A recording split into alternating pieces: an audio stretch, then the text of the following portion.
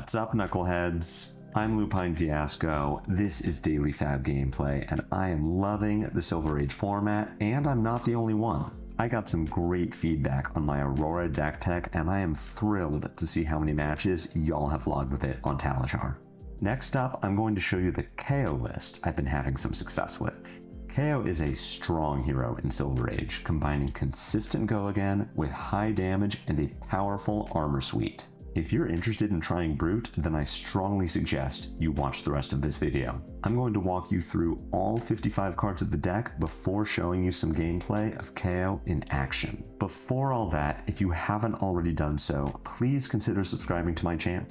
It's the best free way to support me and to make sure that you see every new upload from Daily Fab Gameplay. I'm still honing the process of recording paper deck text, and some of what I'm going to show you may not be legible. Check out the video description for a Fabry link to this deck so you can follow along, and also check out my Blue Sky, Discord, and Patreon while you're down there. Want to tighten and optimize your gameplay in real life? Use my affiliate link in the video description to buy your very own Codex journal, and be sure to use code LUPINE10, that's LUPINE10 at checkout to receive 10% off your order. I live stream now. Check me out every Monday at 10 a.m. and every Thursday at 4:30 p.m. Pacific Standard Time, where I'll be rotating through my roster of heroes and even trying a few new ones. Finally, Daily Fab Gameplay is brought to you in part by Hemel from The Bazaar.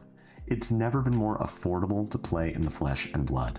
Players have been buying the cards they need from Hemel for years. I started buying from him in 2023 and have never found a better deal. The Bazaar's prices are the lowest for singles, full sets, and class sets, including new releases. Super Slam singles and more are available now and ship both domestically and internationally. Keep watching this intro for contact information, then message Hemel on Blue Sky, Discord, email, or Twitter to see what he can do for you. Sharpen your claws, lace up your leathers, and let's get rolling.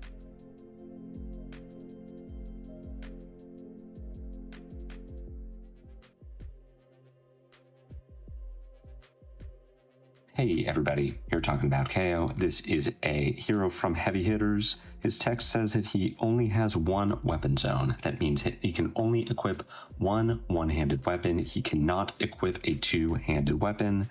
More importantly, attack actions you own get +1 power while they are in any zone other than the combat chain. And the first time you discard a card with 6 or more power during your action phase, create a might token. So when we're building Kayo, we really want to put in cards that are both attacks that have power 5 or greater. Let's break down how we are going to build this very strong hero in Silver Age. First things first, the weapon. We are playing Mandible Claw. This is going to work perfectly with our cost curve and with what we are trying to do on our turns. We are going to play a large number of cards that discard cards from hand. They are all going to be attacks. They are all going to have 5 or more power, which with Kayo's text says have 6 or more power. That is going to enable the Mandible Claw to attack for 3 with go again. That is a solid rate for a weapon. It fits our curve and it fits what we want to be doing during each of our turns. Mandible Claw is great. We're going to be swinging with it a lot. We're going to play Knucklehead in the head slot. Knucklehead does not have text that is relevant besides the text that says 2 and Temper. Knucklehead blocks for 3. This is a fairly unique ability for a piece of armor in Silver Age. Very few classes have access to Temper 2. This is a Kayo specialization. The text on this card is not relevant. You will never use this as an action. 50% of the time, you will end up in a worse position than if you didn't use Knucklehead. 16% of the time, nothing will change, and only slightly above 32% of the time will you actually draw 5 or more cards. You are better off just using the back half of Knucklehead for its 1 point of block. Speaking of 1 point of block, we are moving on to Barkbone Strapping. This is an incredible incredible piece of equipment that the Brute class has access to in Silver Age for two reasons. One, it has Battle Worn 1. Anytime you see Battle Worn on a piece of equipment in Silver Age, pay attention to it. Two, as an instant, we can destroy a Barkbone strapping, roll a 6-sided die, and gain resources equal to half the number rolled, rounded down. That means that on any roll besides a 1, you will gain at least 1 resource, which is generally enough to fix a bad turn. But if you roll a 4 or 5, we get really strong, where we are able to play a 1-card 9 by breaking Barkbone strapping, generating 2 resources, and playing Bare Fangs from hand. You also have other 2-cost actions that you can play. Barkbone strapping enabling a 1-card 6 to 9 is very strong, but even outside of that, it lets you do cute things like play a Wild Ride, attack with a Mandible Claw, and follow with a Strongest Survive. Barkbone strapping is very strong. It is a very strong reason to play Brute. Not a strong reason to play Brute is Blade Beckoner Gauntlets. This is a weakness of the Brute armor slots. We don't have good hands, so we are playing Blade Beckoner Gauntlets. They block 2 against any hero that attacks with a weapon. Finally, the most compelling reason to play Brute is Beaten Trackers. This is one of the strongest, if not the strongest, piece of equipment in Silver Age. It has Battle Worn 1, that magical combination of word and number. Whenever you discard a random card with 6 or more power, you may destroy Beaten Trackers. If you do, gain 1 action point. Our entire thing with Kayo is discarding random cards with 6 or more power. Anytime you discard a card to Wild Ride, Bare Fangs, Savage Feast, Pulping, you are able to activate your Beaten Trackers. You won't always do this. There are times where it is better than others. But the fact that we always have the option until we break Beaten Trackers is insane. Bare Fangs for 8 go again is insane. Savage Feast for 6 go again is insane. And as we are getting into our attacks, you are going to see why. Starting with those attacks, we have Savage Feast, we have Bare Fangs, we have Wild Rides. These are our 1 and 2 cost attacks that we will be playing to enable our large turn cycles and our Mandible Claw attacks. Savage Feast is the best card to use with Beaten Trackers, as it does not naturally have Go Again. It is also the only card in our deck that replaces itself. We are not able to play Beast Within in Silver Age, so where you may be used to seeing your Wild Ride, Pulpings, Bare Fangs discarding Beast Within in Classic Constructed, we don't get to do that in Silver Age, but we do get to pitch a blue, play Savage Feast, float 2 resources, draw a card, break Beaten Trackers to get our action point back, use our 2 resources to attack with Mandible Claw, and then still have 3 cards in hand to do whatever we want with. Bare Fangs, like Savage Feast, won't replace itself, but fits our cost curve well and uses Beaten Trackers excellently. With Beaten Trackers, Bare Fangs turns into a Wild Ride, but attacks for 8. You get to follow this with a Mandible Claw and another 2-cost attack from hand. Wild Ride, the OG, we're playing 4 copies in the main board. We have no misses in our deck. This is not Classic Constructed, so we don't even have the option to play Blood Rush Bellow or Song of Sinew. Our entire deck is attack action cards. Wild Ride is unconditional. 2 for 6 go again in red and 2 for 5 go again in yellow. That also makes a might on the back end. These are the ways that we are generating action points in our main deck. How are we spending those action points? With 2 blues, you get to follow up with a Mandible Claw, and then you get to finish out your turn with cards like High Pitched Howl, Rough Up, Sirens of Safe Harbor. These are the 2 for 6s with upside that we are playing in the deck. High Pitched Howl is a 2 for 6, where if there is a card with 6 or more power in our pitch zone, which there always will be if we've pitched this turn, creates a Vigor token. Since the banning of Vigorous Smash-Up, this is the only way for Kayo to make a Vigor on our turn through our own effect. What does Vigor do for us? At minimum, it lets us send a 2-card 9 or 8 with Wild Ride.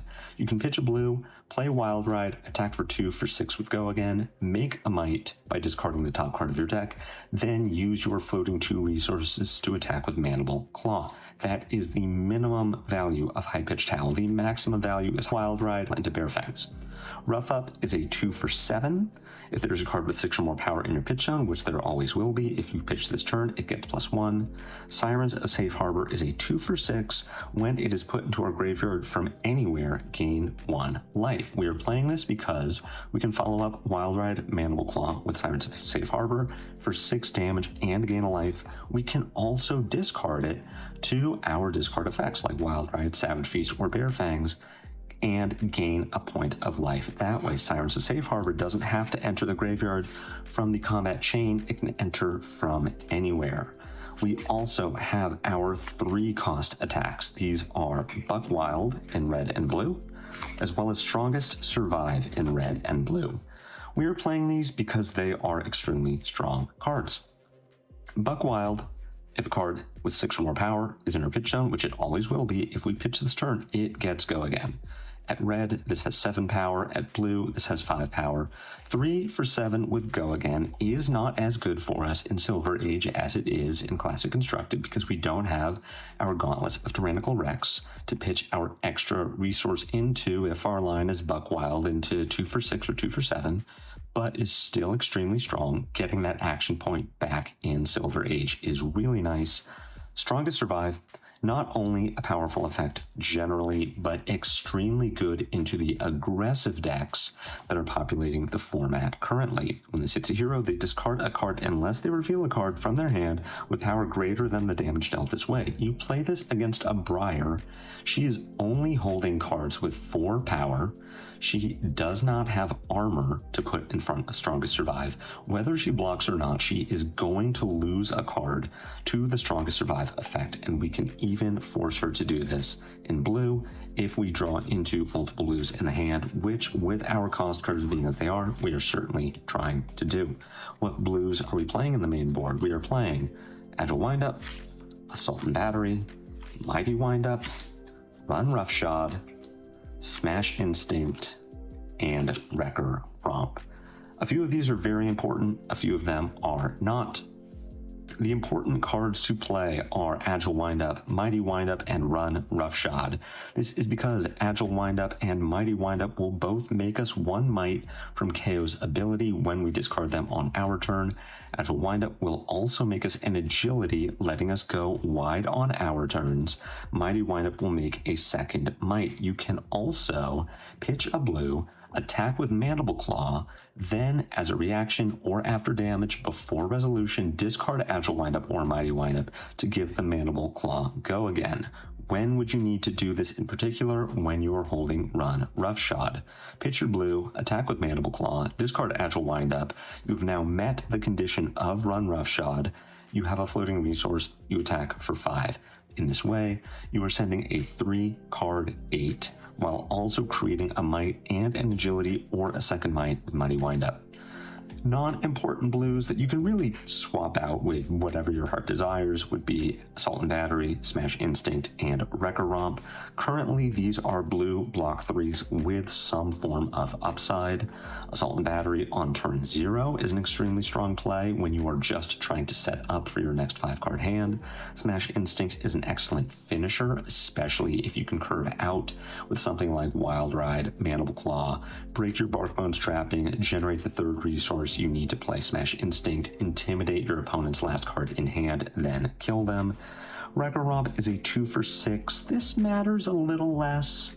If Dromai becomes a popular deck, then Wrecker Romp becomes a popper. But outside of that, there are some cute things you can do with Wrecker Romp and Go Again if you're sitting on a 5-card hand. But for the most part, this is just a blue block 3. You could replace it with any similar blue. Hopefully one that blocks 3, but even blues that block 2 can be good in this format. Those are the cards I'm playing in every matchup. You can check the deck list in the video description to see when I would bring in additional cards. What are those additional cards? We have 2 pieces of Nullrune equipment, the hood and the gloves. These are replacing Knucklehead and Blade Beckoner gauntlets in matchups like Icelander and Kano. We're bringing these in because those heroes are much less likely to attack. They are more likely to send spell damage our way. We want AB2 to deal with that while also holding on to our Barkbone strapping for resources and our beat trackers for action points. We are potentially bringing in pulping. We want to bring these in for the aggro races where they are less likely to have a defense reaction and arsenal. We can bring in bear fangs for matchups where we want to send more damage and aren't so focused on blocking. Pack hunt is an excellent way to fill out our cost curve. It is a 2 for 6. It also has intimidate against those defensive decks that want to block out what we're doing. We have agile windup in yellow. This has additional setup potential against very slow decks where we need to constantly be sending 3 chain links.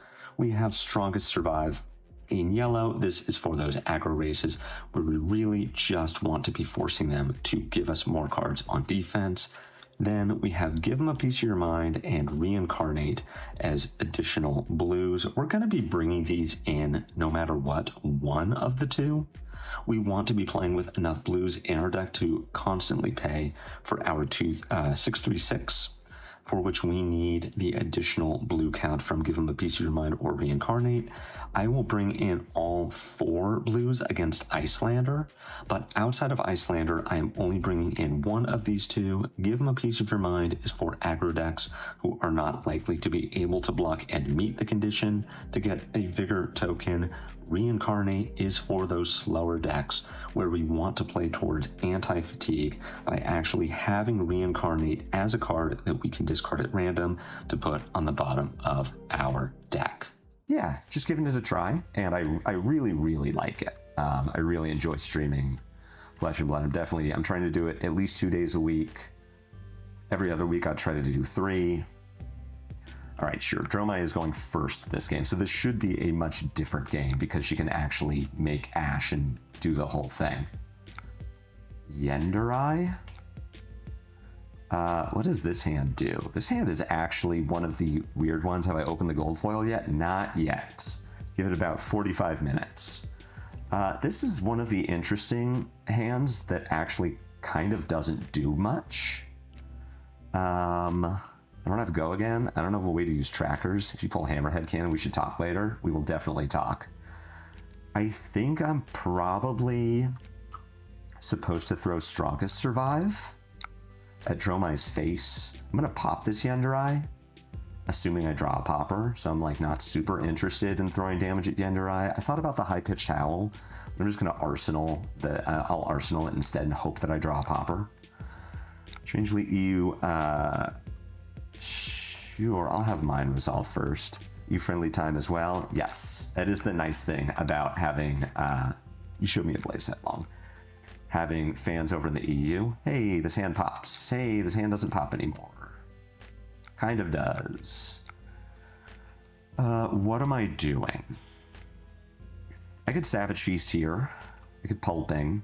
Probably Pulping, assuming that I'll block with the Savage Feast. So I'm not going to worry about blocking the Yenderai yet. I'm not intending to use any of my armor this turn. So I will wait until Dromai plays like a Kyloria. Oh my god.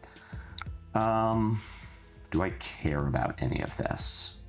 I still kind of think the answer is no.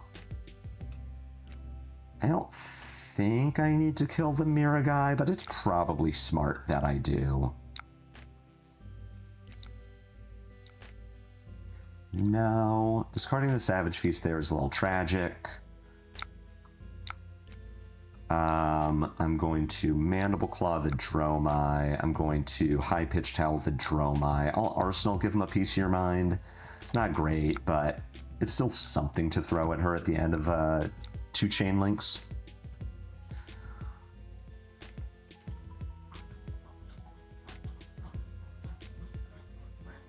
Still have the Passing Mirage out, so maybe killing the Mirror guy there wasn't even right. Just because the first dragon's going to have lose Phantasm anyway, and if I'm just throwing damage at Dromai, well, we'll see. We'll see if this comes back to haunt me. There's the Kyloria, so that's what we were saving our armor for. Kyloria also being a must kill. So I can put all of my all of my usable armor in front of the Kyloria. Just up for 4. What does this hand do? This hand sends Wild Ride at Dromai into Mandible Claw Kyloria into... I think I need to keep this hand. Could block like this. Keep Dromai off of an Ashwing. And... yeah, Wild Ride face, Mandible Claw Kyloria, give him a piece of your mind face. Or I take 4, go to 13, Dromai makes an Ashwing, and I attempt to do the same thing, but I also have Savage Feast in case I like Wild Ride, keep Savage Feast. I'm going to take 4 here. I think I'm racing. I don't need to care about much of what Dromai's doing. So, Wild Ride Dromai. Pitch Mighty Windup, I guess?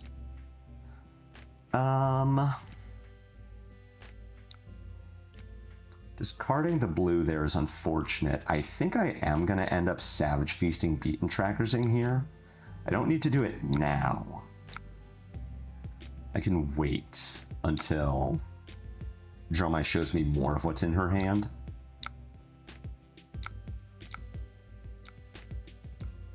Feast Dromai. Yes, I will break Beaten Trackers. Try the blue there is nuts. So now we do get to Mandible Claw Kyloria. Give him a piece of your mind face. Pushing 11 face. Getting at least 1 more card. Making sure I don't need to care about this Kyloria. Alternatively, I just throw 8 damage face and like, you give me 2 cards. And yeah, let's just not care about the dragons. This is fine. I'm just going to throw damage at Dromai's face and make her give me her hand every turn for the rest of the game. You can raise and get to presenting lethal every turn. You don't have to worry about 1 Ashwing. Yeah, exactly. I don't need to. I'm at 13. I still have plenty of blocking armor left. I can cheat resources with Barkbone strapping. Like, I'm totally fine.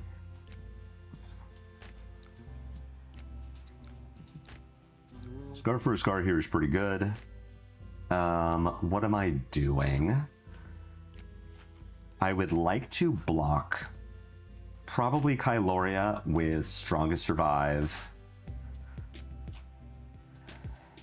and Blade back in her gauntlets, and then my turn will be Break Barkbone Strapping, Mandible Claw, Pitch Smash Instinct, discard Agile Windup, High Pitch Towel, and get Dromai's hand.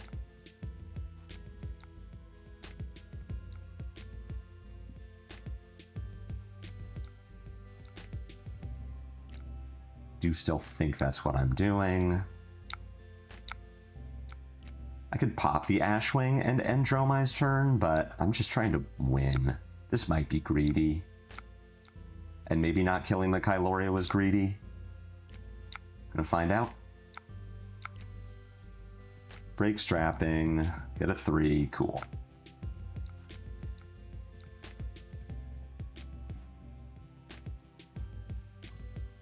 Dromai might not have to give me her hand here, and this might be where leaving the Kyloria alive is going to screw me.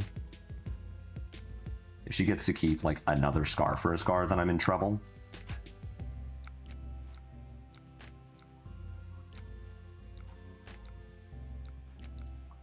But if she has at least 2 blocks, then she has to give me her hand, and I don't have to respect this Kyloria. There we go.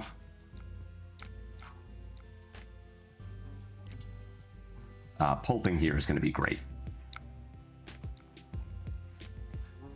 Is there any way that Dromai can kill me from 2 at instant speed? I think the answer is no.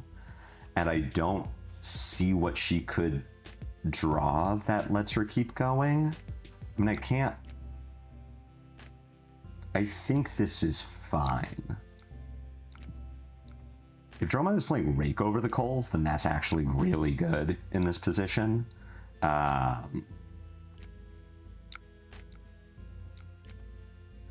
We get to Strongest Survive here. Yeah, it's exactly Cole's where I'm like, that could be a problem.